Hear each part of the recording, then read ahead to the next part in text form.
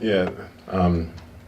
So the way I feel about it, and keep in mind, my background is, MD, so we pretty much learn everything allopathic. We get no education on homeopathic, but I have a lot of friends who are into homeopathic medicine, and surprisingly, I'll be honest. I think there's room for both. I can't totally say I would go all the way. I mean, my training is allopathic, but I can't go all the way against allopathic or homeopathic because I think there's room for both. For instance, if someone has a bacterial infection, a cellulitis of their skin, or infection of the skin called cellulitis, there's no way to treat that but with antibiotics, which is a medicine. If someone, right now, has a, status post or a gunshot wound to the arm and they have a bullet, still in their arm on the way to the hospital, you have to give them some type of narcotic. So I think there's always going to be, room for, allopathic type medicine. But at the same time, when certain people come to the emergency room with chronic back pain, and a lot of times as physicians, we give them nothing but narcotics and muscle relaxants.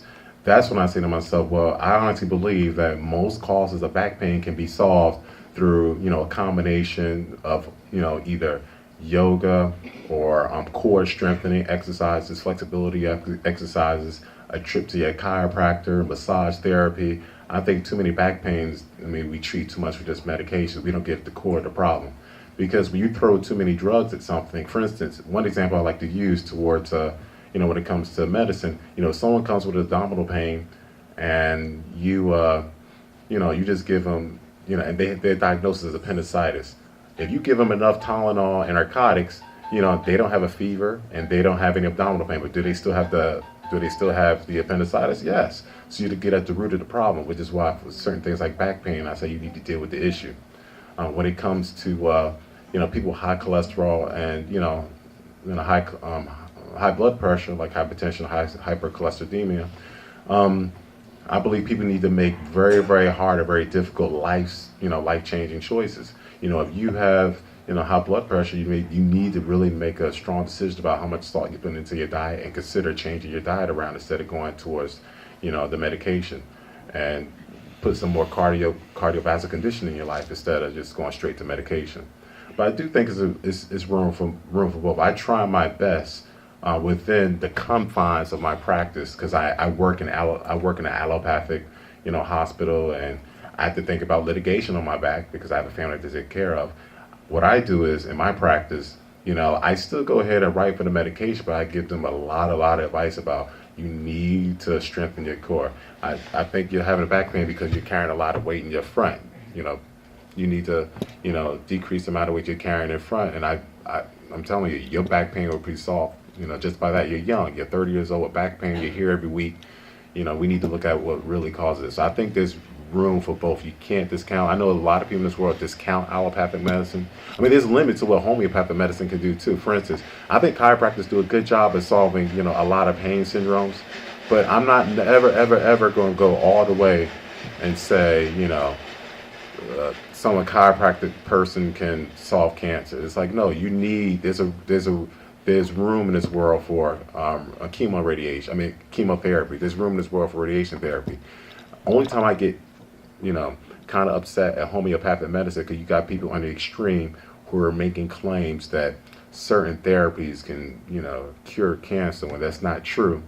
And you're going to hear me say this a lot in any talk. The gold standard of telling someone that if a medication or therapy works is called randomized, multi-center, double-blinded study. Randomized means you don't prefer one patient to each group. Each group should be the same. Double-blinded meaning that the practitioner and the patients don't really know,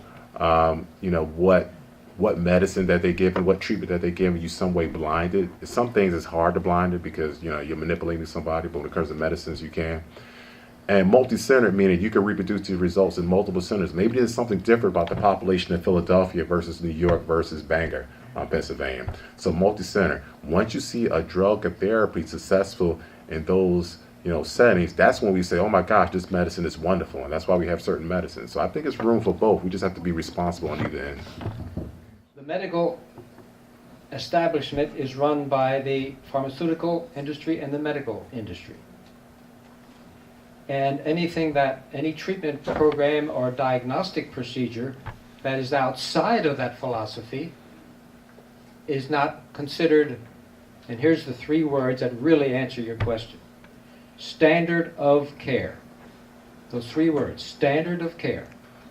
So if your doctor doesn't prescribe the stress test because you had chest pain and nothing else indicates coronary artery disease, and something happens, that doctor didn't follow the standard of care, so he is held up to be legally responsible. So doctors are deathly afraid of the legal ramifications of not following the standard of care. Homeopathic. I like to define terms. And I think a lot in this room have a misunderstanding about homeopathic care, homeopathic medicine. People have come to me over the years and I ask, well, how'd you learn about us? Well, I understand that you don't just prescribe drugs, but you do homeopathic care. And that kind of lumps everything often into that definition. Nutrients, herbs, homeopathic treatments, it's all lumped together in homeopathic. And homeopathic is a specific medical philosophy developed by Dr. Hahnemann in Philadelphia back in the 1800s. And he developed numerous treatment protocols that use minute quantities of minerals, herbs, a lot of different natural substances. Minute quantities, 1 part per million. And combinations of these were used to treat various symptoms, various conditions. That's homeopathic, period. So become aware of terms. Herbs is something else. Nutrients is something else. Homeopathic is something else. But standard of care, that's a real answer to your question. It's doctors are deathly afraid of not following suit with everybody else. Actually, that's 100%, 110% correct. Litigation is a very serious problem in this country. Being in the emergency medicine field, I've seen a lot of my coworkers, who've been in lawsuits or are currently in lawsuits, and once you deviate out of standard of care, if that family wants to come at you, and it's almost no limit to what they could sue you on. They could sue you they could sue you 6, 7 digits. Which is ludicrous. If someone misses your back pain or someone misses your heart disease, it got ramifications for the rest of your life. Because not only do you get sued, anytime you apply to another hospital to work, so like if I want to move somewhere or just work at a different hospital in the valley, I work at one hospital, now I want to work at Lehigh Valley. They ask me about all my previous, history. So have I been sued, have I been arrested, have I ever got a parking ticket or whatever, and they determine if they're going to hire me to work at that hospital, based upon that, which is why a lot of doctors, we're not the rowdiest one. I see trouble, I walk away, because if I get arrested just because someone's in a fight, then I have to put that on my application, and Lehigh Valley can say, well, this doctor's at risk, we don't want to hire you. Now, I can't work at Lehigh Valley Hospital. So we're definitely afraid of getting sued. The second answer to that question comes back to capitalism. So to answer to your question, the reason it comes back to doctors being sued, and there isn't much money in preventive care. There isn't. I